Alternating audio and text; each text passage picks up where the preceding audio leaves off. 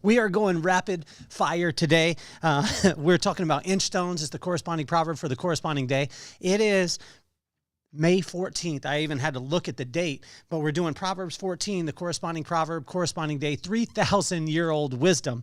And we're going to see how it applies in today. This one was wild because I had a talk with my wife yesterday, and I was telling her a lot of times I don't take the time to settle in and realize all the things that have transpired. I have the tendency to look so far ahead, set a lofty goal and then move towards that I don't enjoy the little things that are happening on the day. And what she sat on the stairs and did, which was most of the time she does this to me, is she just said, why don't you just appreciate and stay content exactly where you're at? Because if you're constantly reaching for something else, guess what's going to happen? You're always going to be frustrated.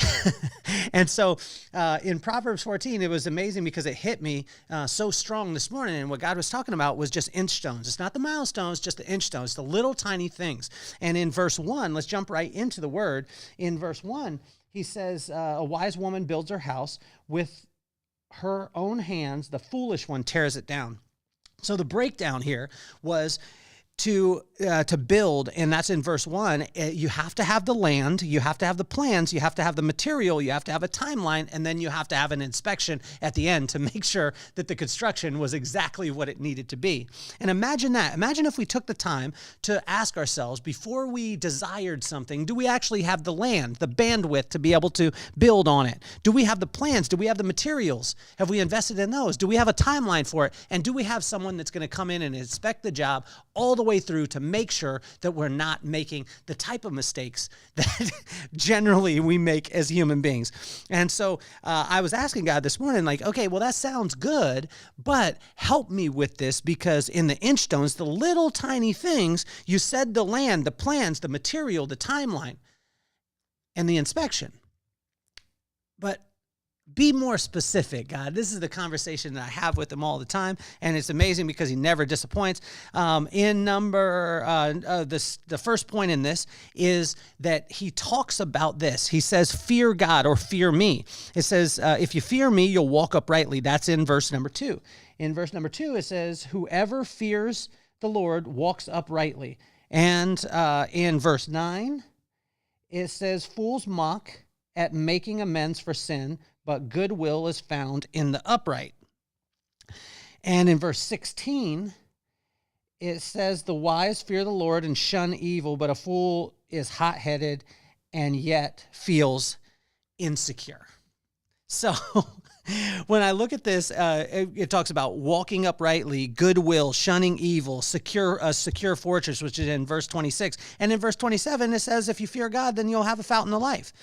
In verse number 3, it says to speak life. And this is, a fool's mouth lashes out with pride, but the lips of the wise protect them.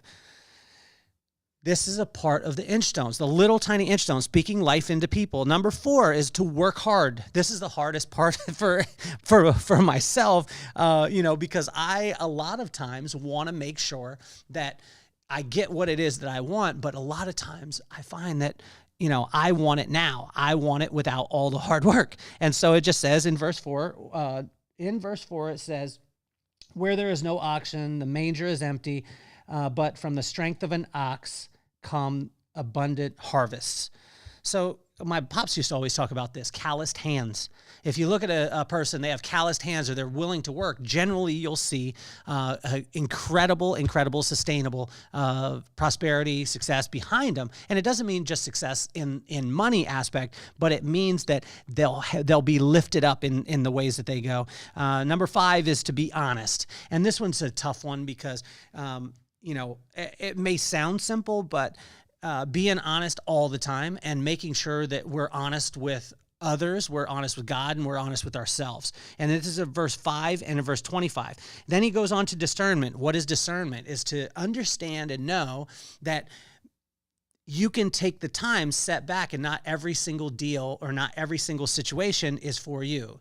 My mom said it like this: you're the greatest in the world. You could do anything that you put your mind to, but just because you could do it doesn't make it right. That's discernment. Discernment comes from wisdom. This comes from verse 6, and it says, the mocker seeks wisdom and finds none, but the knowledge comes from easily to the discerning. So do you have discernment? The next one is the company you keep. And this was big because my buddy Will is massive on this. And it says, stay away from a fool, for you will not find knowledge on their lips. That's verse number 7. In verse number 20, it hits this also. And then it goes on to prudence. And what is prudence? Prudence is just the thought of the future. And sometimes I get wrapped up in the moment and I want this particular thing to happen. But what I find is when I start thinking about the future and I think, wow, the little tiny inchstones that I take today can become the milestones in the coming months, the coming years, and the coming decades. So when we look at this is in verse 8, verse 15, verse 12, verse 18, and it goes back to wisdom. Where do we get wisdom? From the fear of God. And so wisdom will lead to knowledge. Knowledge will lead to insight. Insight will lead to discretion. Discretion will help us with that prudence, right? And then that'll give us discipline, strength, and then it'll lead us back to the fear of God. The next point is allow your joy to be personal and shine light on others to experience theirs. This is a big one because for myself, I had the tendency to, when I experience joy, I want everyone to experience joy, but here's the caveat. I always want them to experience joy the way that I did. Oh, I went to the game. You should go to the game. I moved here. You should move there. I went on vacation here. You should go on vacation here. As opposed to just shining light on what the other person is doing at that particular time in their life, not in mine. And so in verse 10, it was wild because as I read it, each heart knows its own bitterness and no one else can share its joy. Every single thing is personal, especially a relationship with God, and make sure that your relationship is just personal with him.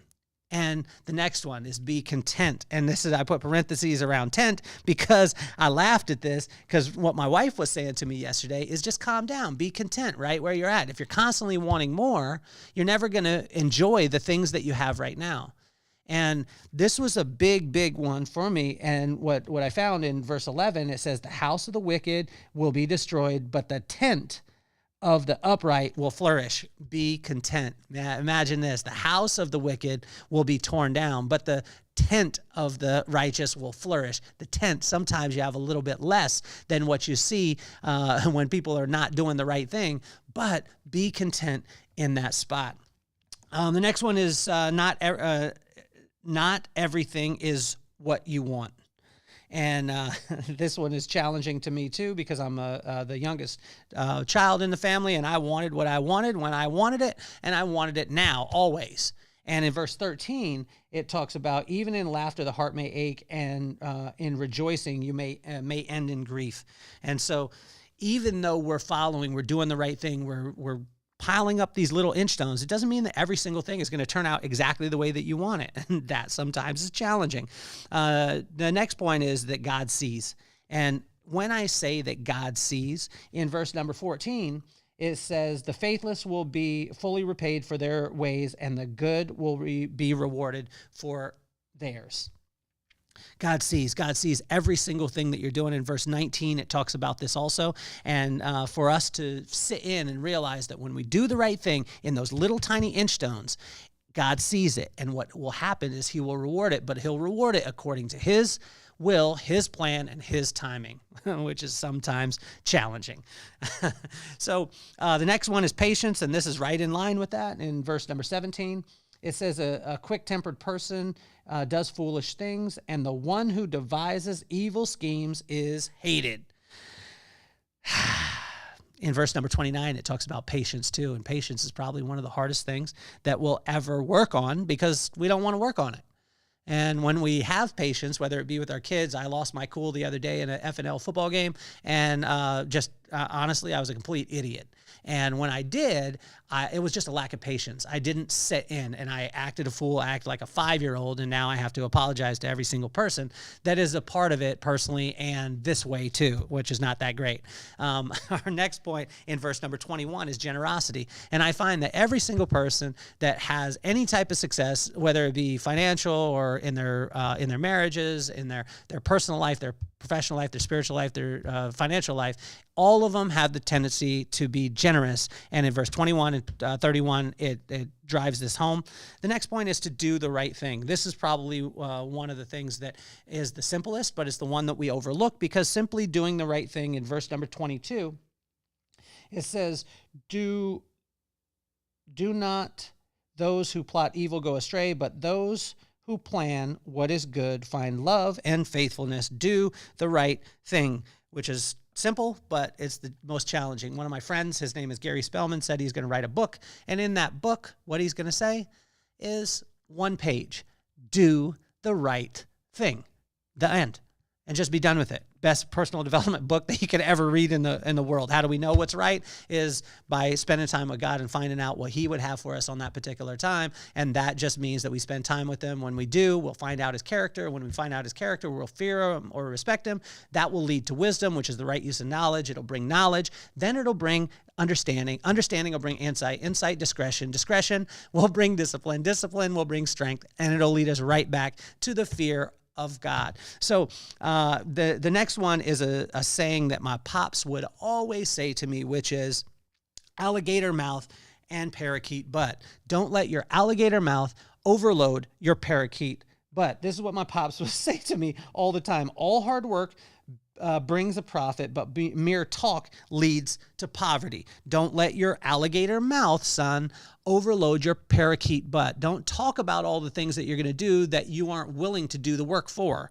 The next point is the world needs people to succeed, but with God, he will make people prosper. And think about that. Like in verse number 28, it talks about this, and it says a large population is a king's glory, but without subjects, a prince is ruined. See, the world needs people to succeed. What God says is like, just come to me and I will make the people succeed. So he doesn't look for us to be able to have these particular things. All we need is a focus on him. So let's go on to the next one is peace that passes all understanding. That's verse number 30. And it says and this is what my mom would say to me all the time, is guard your heart. Guard your heart. And the next one is in verse 32 is God will be the refuge for those who seek him. In verse number 32, it's just very, very simple in that. Verse number 33, it says, even to fools, wisdom cries out. So even if you're a bonehead, a knucklehead, which I am a lot, God is still crying out for you. He's still saying to you, hey, wisdom is here. I just want you to listen to me. I just want you to take some time and focus in on the little tiny inchstones that are coming. And then the last thing here is just do the right little things. Inchstones will prove to be valuable. And that's in verse 34 and 35 as we finish up. And I just want to read this to you. He calls us to seek him, which will lead to the fear of him. He will, through his grace, give us consumable inchstones that when we build will become milestones that are built on a firm foundation. He has come to bring light, love, peace, and joy through his land, his plans, his material, his timelines, and his inspection. And all he wants us to do is to focus on him, and he will give us those inchstones. He will give us the land. He will give us the plans. He will give us the material. He will give us the timeline, and he will give us the inspection to make sure that we're doing the right thing. These things become simple, not easy. They become simple when we simply focus on him, which is the hardest thing in the world to do. This has been the corresponding proverb, corresponding day. It is Proverbs 14, 3,000-year-old wisdom that is applicable today. Don't think about the milestones that you need to get. Focus in on the inchstones and be content exactly where you're at. Thank you so much, Brooklyn, for giving me that message. I appreciate you. I love you. My name is Kelly Cardenas, and I'm officially off the hot seat. Peace, love, and soul.